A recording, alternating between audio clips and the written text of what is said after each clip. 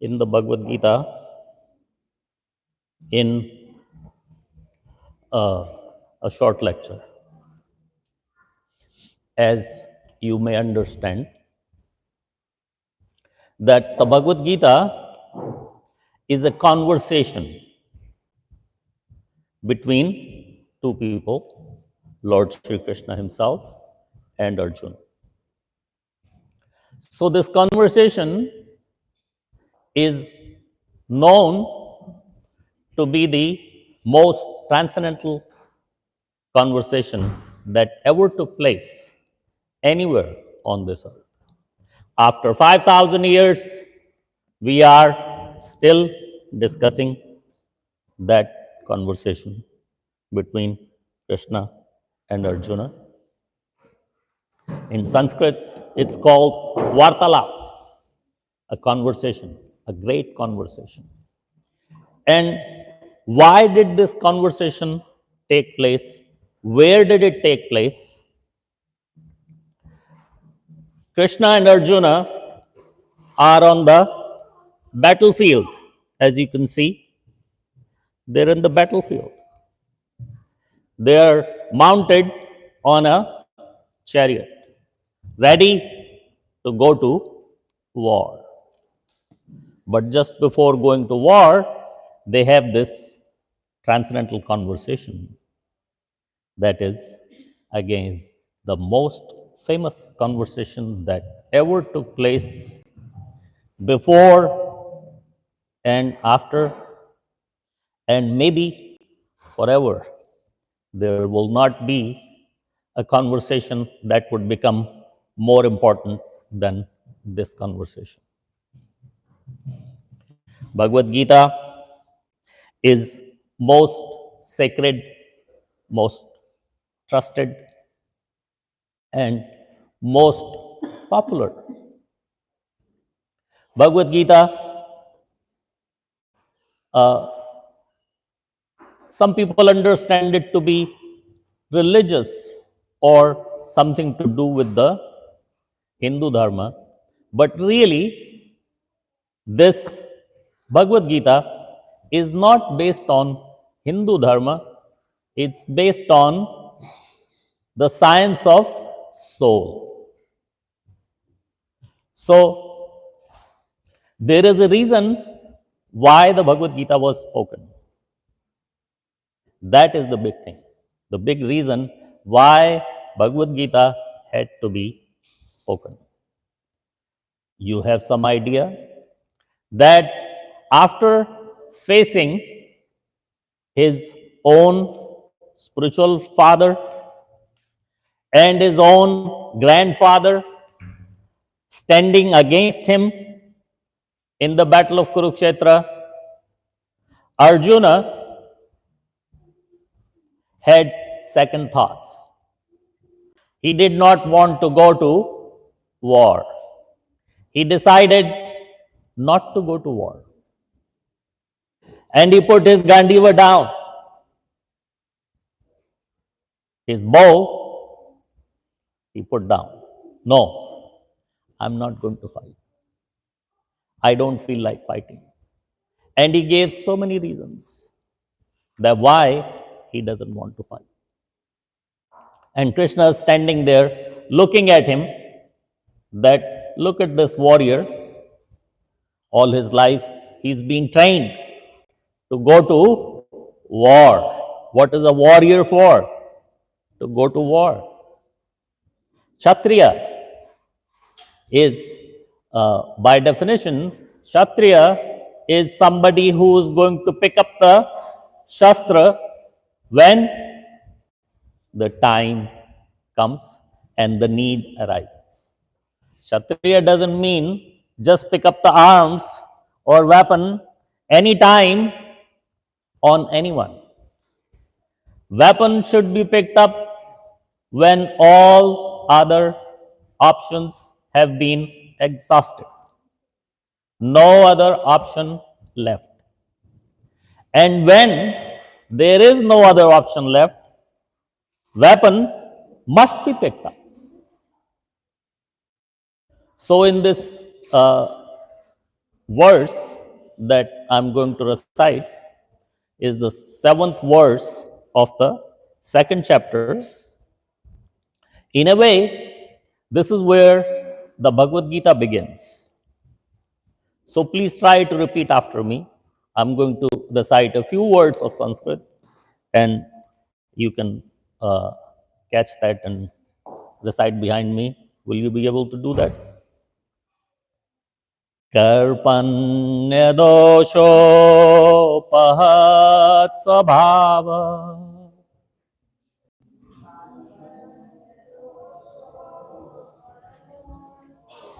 prachami tvam dharma sammodacheta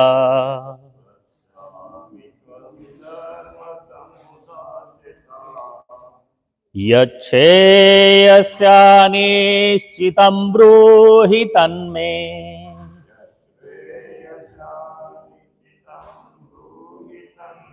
शिष्यस्ततेऽहं शाधिमां त्वां प्रपन्नम्.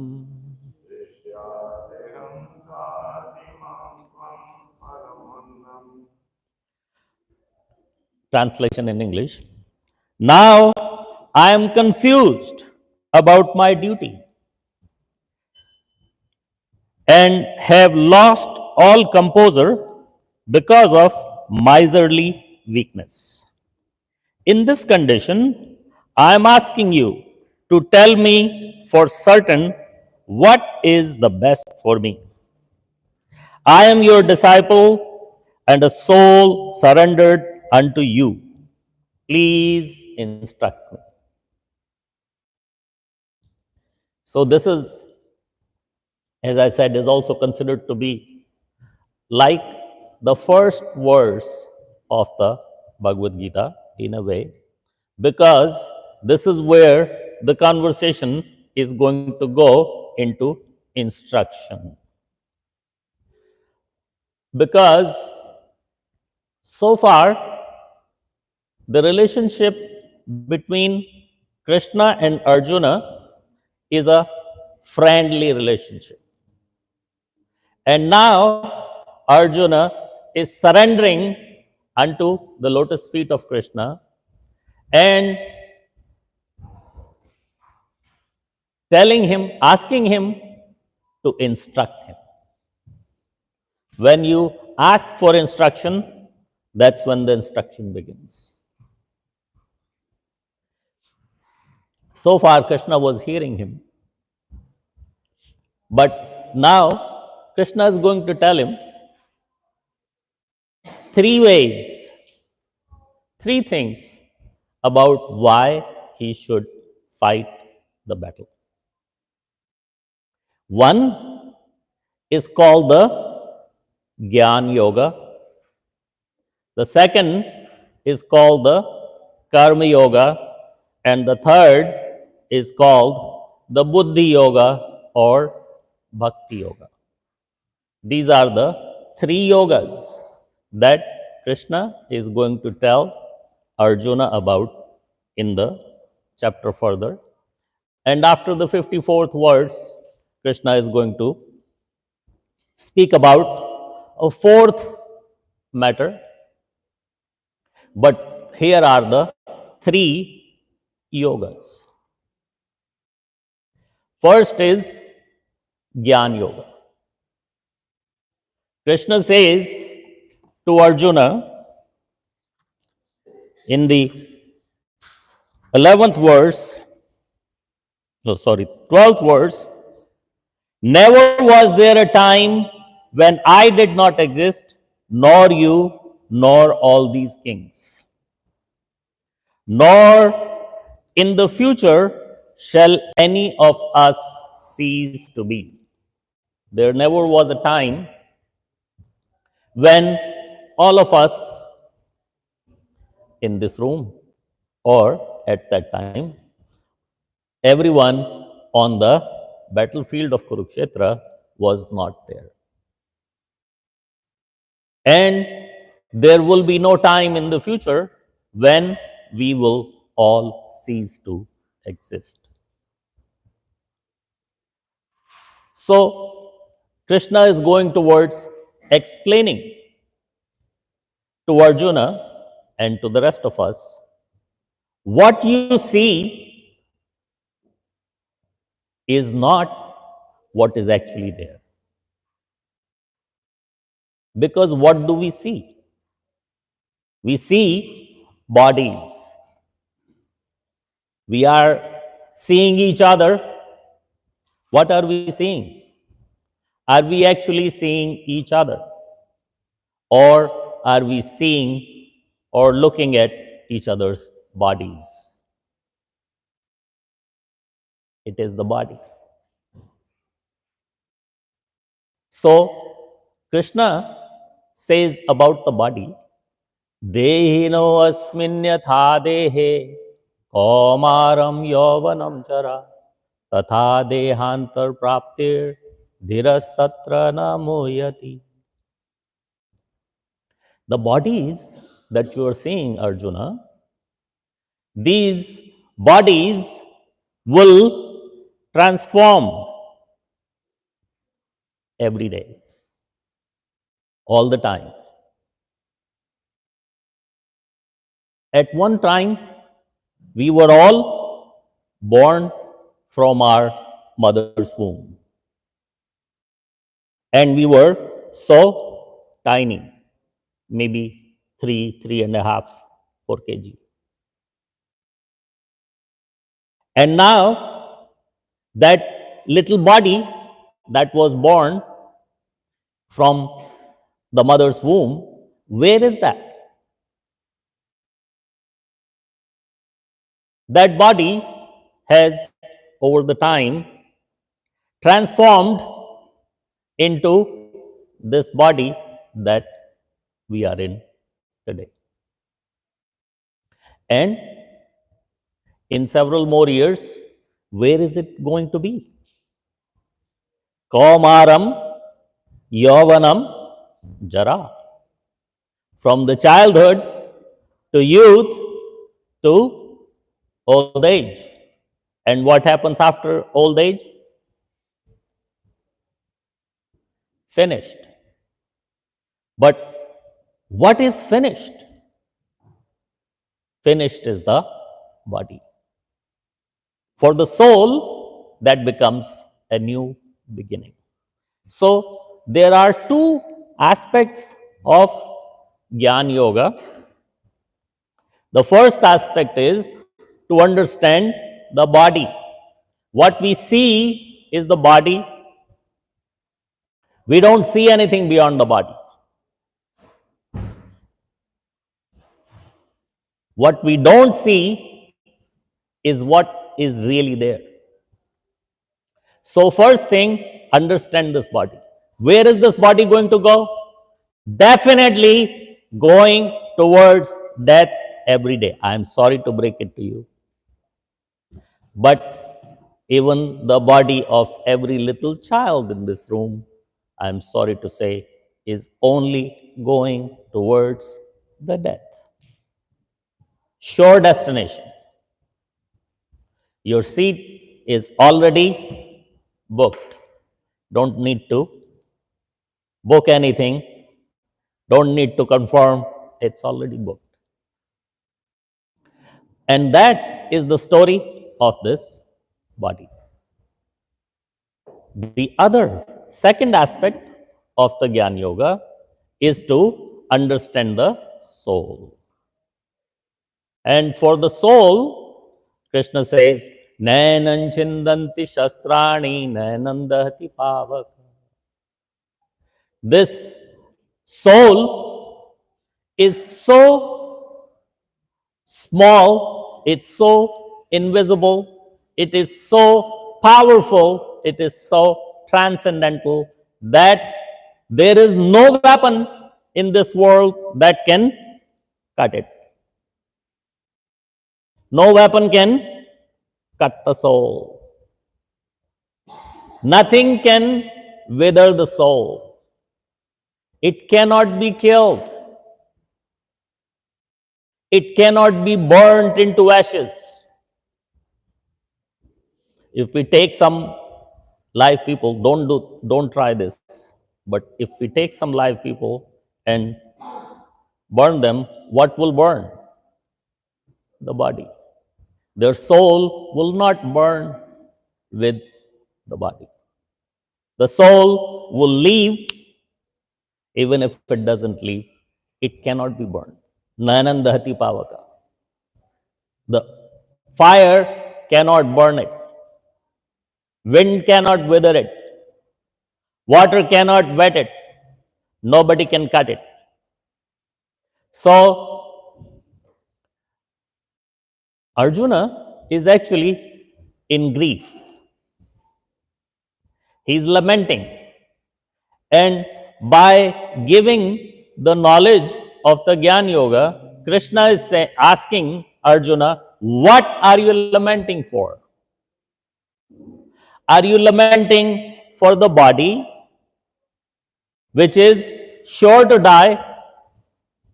Nobody can protect it. Nobody can preserve it.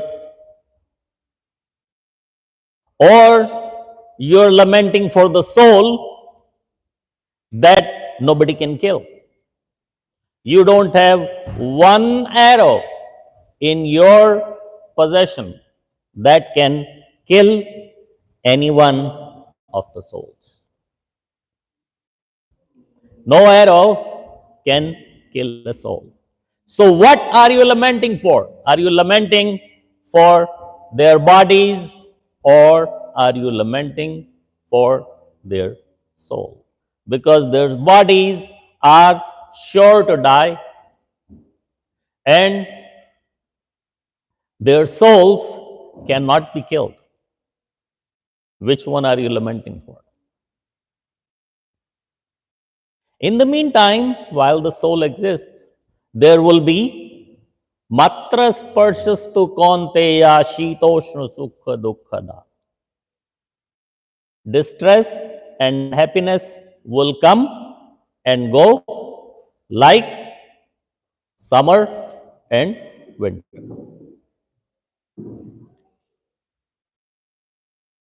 Just like changes of the season, one after the other, like that, sukha dukkhada. Matra sparshastu kaunteya shitoshna sukha dukkhada. Shitoshna is summer and winter. Sukha dukkha, distress and happiness, will come and go as the summer comes after the winter and winter comes after the summer. So, this in a nutshell is Gyan Yoga. Everybody understands Gyan Yoga now?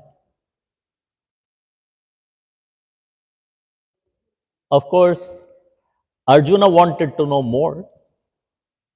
So, Krishna told him about Karma Yoga.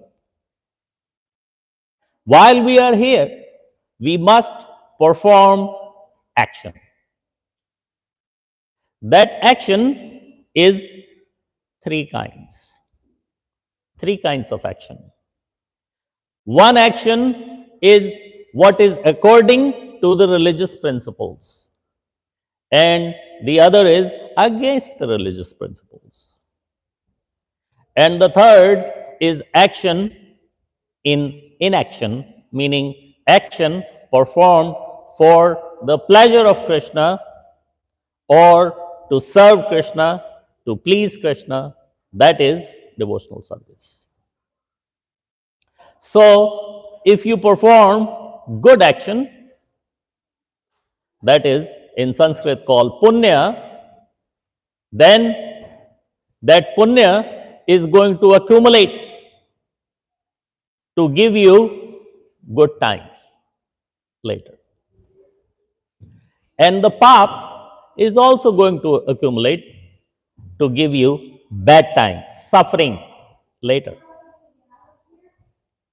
But there is a third type of karma which does not accumulate for happiness and it does not accumulate for distress. Because In order to enjoy what you have accumulated, you must come back to this material world. So if you don't want to come back to this material world, then best is to perform a karma. So Krishna is trying to explain to Arjuna that look, according to the religious principles, it is your duty. You are the king. You have to protect your kingdom. Somebody is trying to usurp your rightful kingdom, not even willing to give you half of it, not even willing to give you very small portion of it. Krishna asked for 5 villages. He told Duryodhan, you take the whole world that you are ruling over. Just give the Pandavas 5 villages. And what did Duryodhan reply? Not even enough land to put the needle. Not even that much I will give to the Pandavas. So that's why the matter went to the battle of Kurukshetra. Because Duryodhana was not willing to budge. So Krishna is trying to explain to Arjuna that it is your religious duty. You are a warrior. You must take the weapon and you must fight. This is your duty. If you perform your duty, then you are sure to go to heaven. One way of going to heaven is perform your duty. You may get killed. It's a war. It's a battle.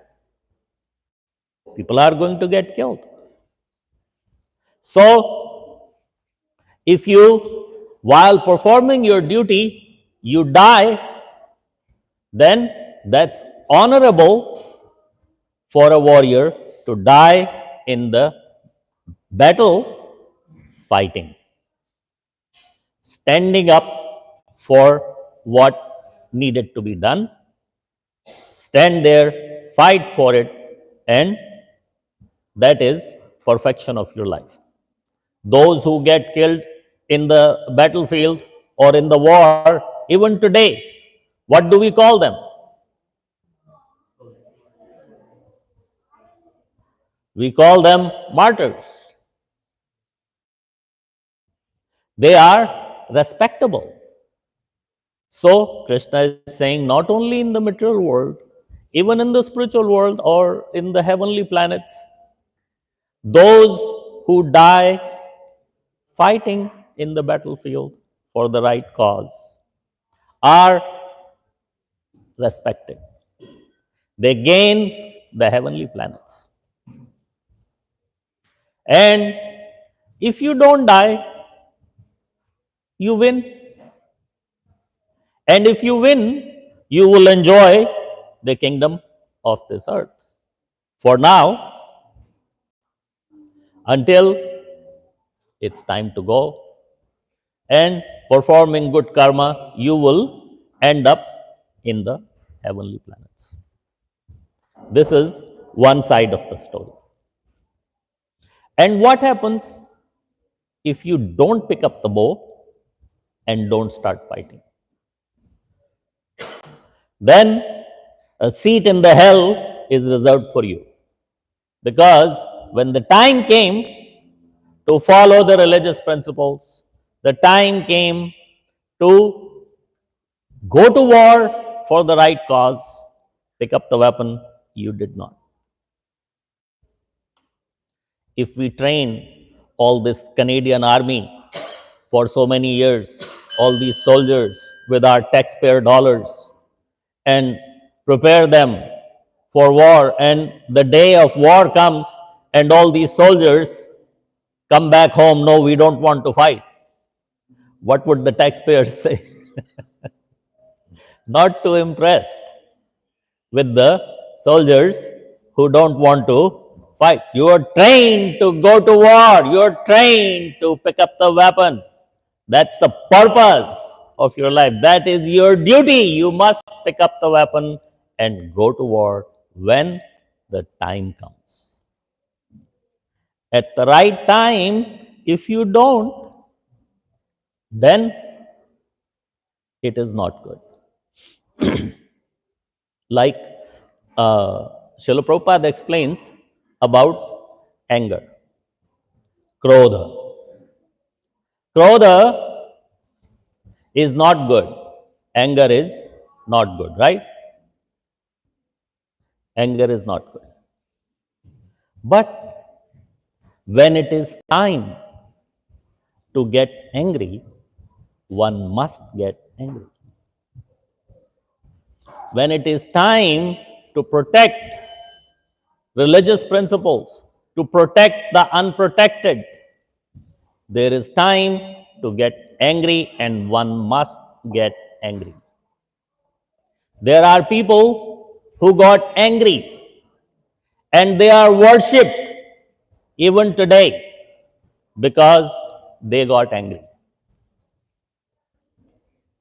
You know somebody who got angry and we worship them today? We are very happy that they got angry. Huh? Hanuman, Narsingadev. There is Jatayu, a bird, a vulture. Who respects a vulture? But Jatayu is worshipped. Lord Ram himself made a samadhi for him and called him Mahatma Jatayu. And that samadhi still exists, and people go and offer respects to Jatayu at that samadhi. What did Jatayu do? Jatayu was angry at Ravana. He went to protect Devi Sita. He knew that he could not face Ravan. He could not handle Ravan. Fighting with Ravan is fighting with death. What will the result be? Everybody knows. But because of his anger, he could not control. And he went to attack Ravana. He did the right thing. Lord Ram praised him for that. Lord Ram performed his final rites with his own hands and put him in the samadhi. He is worshipped for time immemorial. And those who don't get angry at the time when it is time to get angry, they are not respected either. Nobody says, oh, yeah, he didn't get angry when it was time to get angry. It's good. Like when in the court of Dhritarashtra, Devi Draupadi was being disrobed, who got angry? Bhishmatama did not get so angry. Dronacharya did not get so angry. Kripacharya did not get so angry. And are they praised for that? Nobody praises them for not getting angry at the time when it was time to get angry. Must get angry.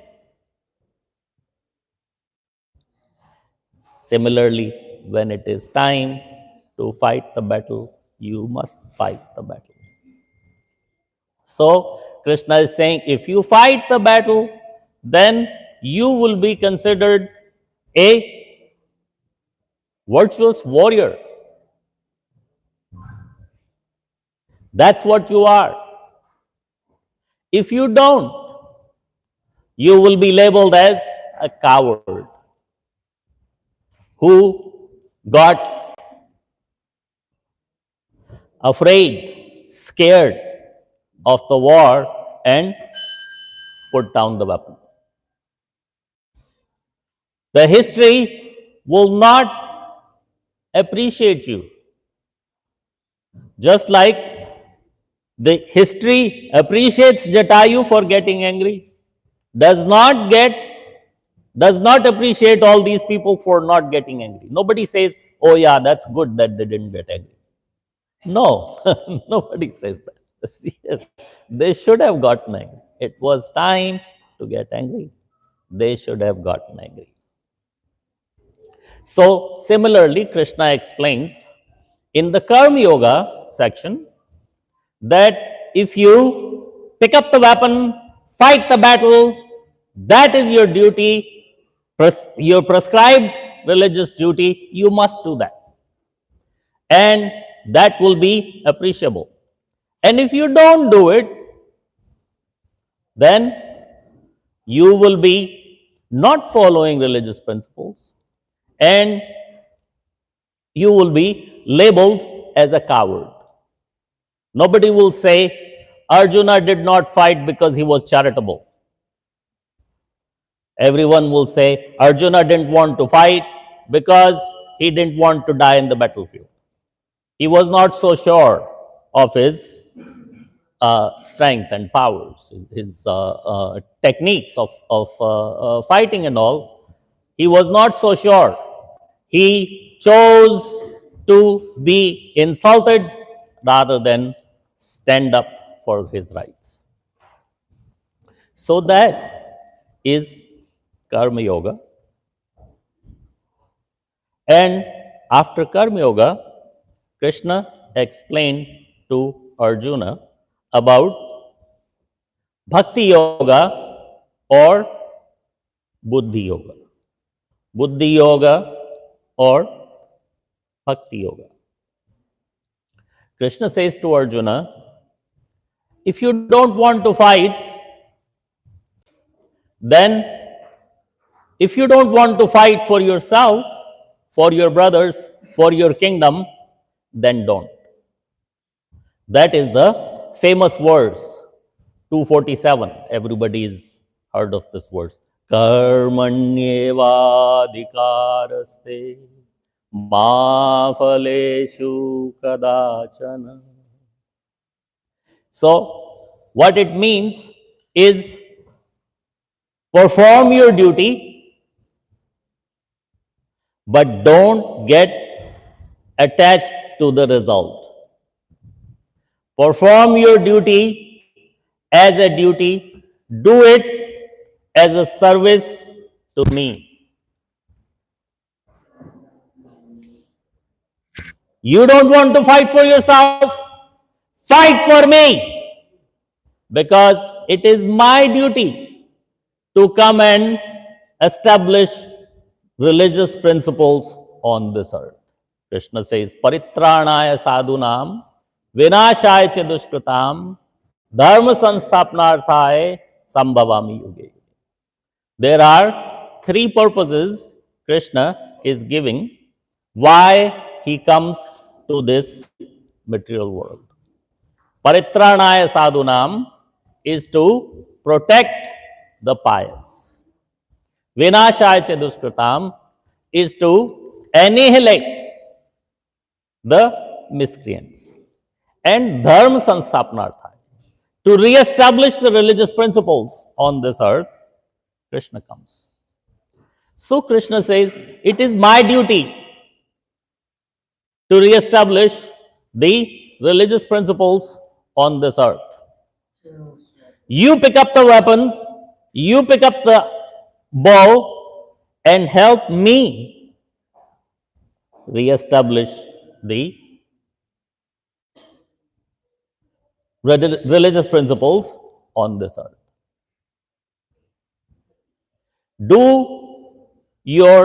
Follow your dharma. You don't want to do it for yourself. You don't want to feel selfish. you don't want to kill anybody for your own pleasure, then do it for me to help me re-establish the religious principle. That is Bhakti Yoga or Buddhi Yoga. Do what you do and do it for the pleasure of Krishna. Don't do anything for yourself. You do, if you perform pap, you will go to hellish planets. If you perform punya, that will take you to heavenly planets. But both of them are in this material world only.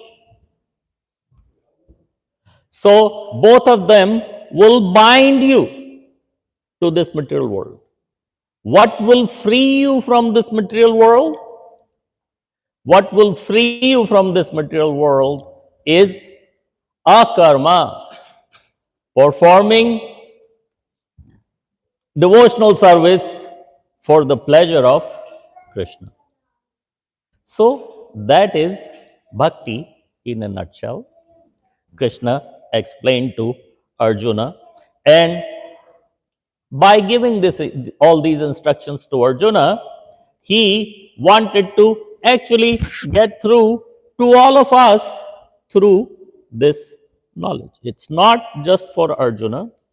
Arjuna was a very highly advanced soul. He already understood, but he was playing a role. And through Arjuna, the message was delivered for all of us in the time to come. That from this material world, we can go free outside of the cycle of birth, death, old age, and disease, or we can stay here. What does that depend upon? Where we will go? Upon our karma. And karma, if pap or punya, is going to bind us more to this jan mrityu jara vyadi, dukkha doshanu darshanam. And performance of devotional service or akarma is going to free us from this material world, from this material life, from this material existence, and take us back home, back to Godhead, to be with Krishna, where we actually came from. This world, we don't belong here. This is a miserable place. We do not belong here. We have to try to get out of it. Srila Prabhupada said, this world is like a toilet. What does that mean? Of course, you have to go to the toilet, but you don't want to live there. You want to perform whatever you have to do and try to get out of there as soon as possible. So this material world is like that. We have to perform what we have to do to please Krishna, perform devotional service, stay away from pap and punya, do everything for the pleasure of Krishna, and that will free us and we get home. Clear? Everybody understood? Any questions or comments? Any questions or comments?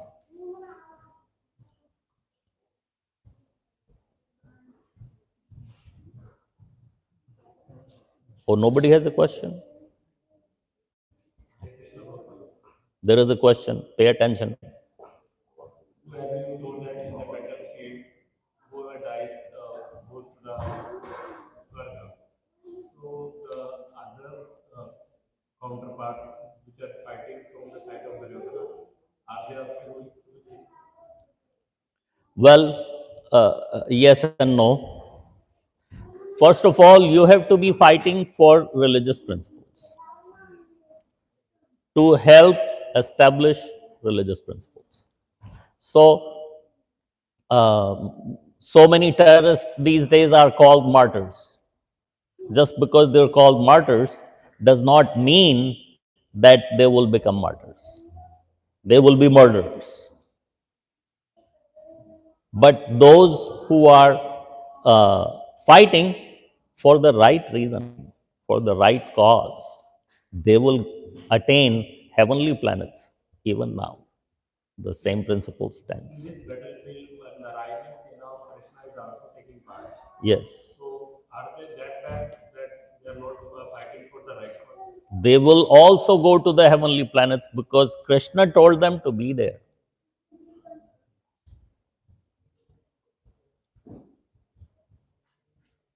You are surrendered to your king and you are fighting the battle, then you are standing in the right place as a soldier. As role of a soldier and a king are completely two different things. Kings could be standing for the wrong reason or the right reason. Soldier, a poor soldier is only always standing for his own king. So the soldier all go to heaven because they are fighting for the order of the king. But king fighting to assert somebody's kingdom is not standing for the religious principles. The king fighting to protect his kingdom from somebody else coming to assert his kingdom is standing for the right. But it is told that in the battlefield they are fighting in front of Krishna and they are dying in front of Krishna. They are also getting. That that is another aspect, that whoever is dying seeing Krishna will automatically be liberated. But that liberation is not a permanent liberation because still you still have material desires left. If you still have material desires left, even if you're liberated, you'll come right back because of the material desires. So you have to be completely pure and then liberated to stay liberated. Somebody is in the prison, is released, but his criminal tendencies are not gone. How long is this person going to be released for? Not for very long. He's going to commit a crime again and get inside the jail again. Thank you. Thank you, Akrura Prabhu, for a wonderful class. There might be more follow-up to that, there may be more questions. Akrura Prabhu will be here. If you'd like to approach him and ask him about some of the topics this evening or anything else. So thank you very much, Prabhu, for the class. Now we will invite everybody to stand in Sean will be the ones that are here now. That will go on about 7:30. We'll make a few announcements and then we'll have to decide. Hare Krishna.